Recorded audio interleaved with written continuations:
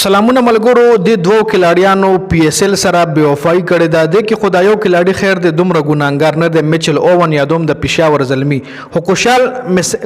مینډس چې کوم د کویټا ګلیډیټر کلاډي دی د کویټا ګلیډیټر سره او پی اس ال سره ډیره غټه بیوفای وکا د پی اس ال بقایا میچونو ته د رانو او په آی پی ال کې د دلی کیپټل ولا د ما په خیال ایشتل دي نو پی اس ال ته د انکار کو د پی اس ال بقایا میچ سترانو او آی پی ال بده جوائن کړي اوس آی پی ال کې د لسمره پیسې ملاويږي په پی اس ال کې بدل سمره پیسې ملاوي دي د ولې داسې وکړ آیا د نګیله په کار د کنه مکمل تفصیل سره په دی ویډیو کې په خبره کو خو هغه نمخ کې په میچل اوون باندې خبره کو میچل اوون د پېښور زلمی کې لاړی دی چې د هم دلی کیپټل نه پنجاب کینګ ته د پنجاب کینګ ولزان سره ایشتل چې د پېښور زلمی سره کانټریکټ د 18 مئی پورې لکه نن ورځې پورې د کانټریکټ پېښور زلمی سره وږي دا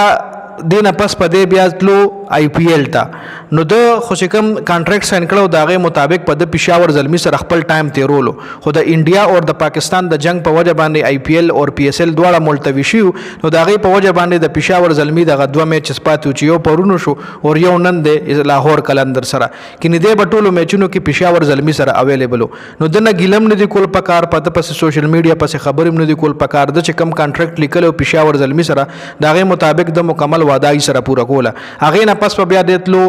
پنجاب کینګ ټیم له په آی پی ال کې هغه ایشتل دی د میکسویل په ځای باندې میکسویل انجرډ شوی دی دا غي کوچ چې کم دی هغه هم د استرالیا کې لاړی دی ریکی پونټینګ او دا هم د میچل اوون چې کم دی دا هم د استرالیا کې لاړی دی نو خپل سابقه کې لاړی لاغه انکار نشو کوله خپل سابقه لجن ته میچل اوون انکار نشو کوله خیر میچل اوون باندې په دې باندې ال ډیټیل سره ما ویډیوز جوړ کړی دي خبره به موږ په کوشال منډ سکو چې کویټا ګلیډیټر تر د ډیر ښه بیټینګ کړو سو میچونو کې بلکې ټولو میچونو کې کویټا ګلیډیټر سره کوشال منډس خو وکټ کیپینګ هم کړی دی او خو بیټینګ هم کړی دی یقینا خبره ده چې کویټا ګلیډیټر به دا کلاډي مس کوي د دغه ته کلاډي کویټا ګلیډیټر ته ملاويږي یا نه ملاويږي خو شور خبره ده چې کویټا ګلیډیټر به کوشال منډس څخه کم دی به مس کوي جی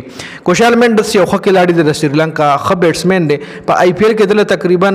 3 کروڑ روپۍ ملاويږي جی په پی اس ال کې دله 75 لک روپۍ دي ک 95 لک روپۍ دي نو چرته 3 کروڑ او چرته 95 लाख रुपए ور واچو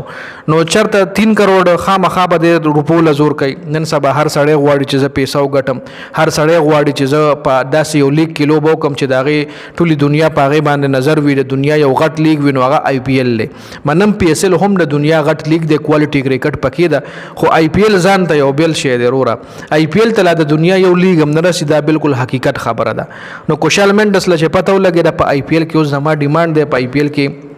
دا ټیم ما اخلي نو هغه پی اس ال ته انکار کړی دی د پی اس ال بقایا میچ ستنه دی راغله او آی پی ال جوائن کړی دی کوشال منډس په 3 کروڑ روپۍ باندې دی ایشتل شوی دی او دا لګ میچ سپاتې دي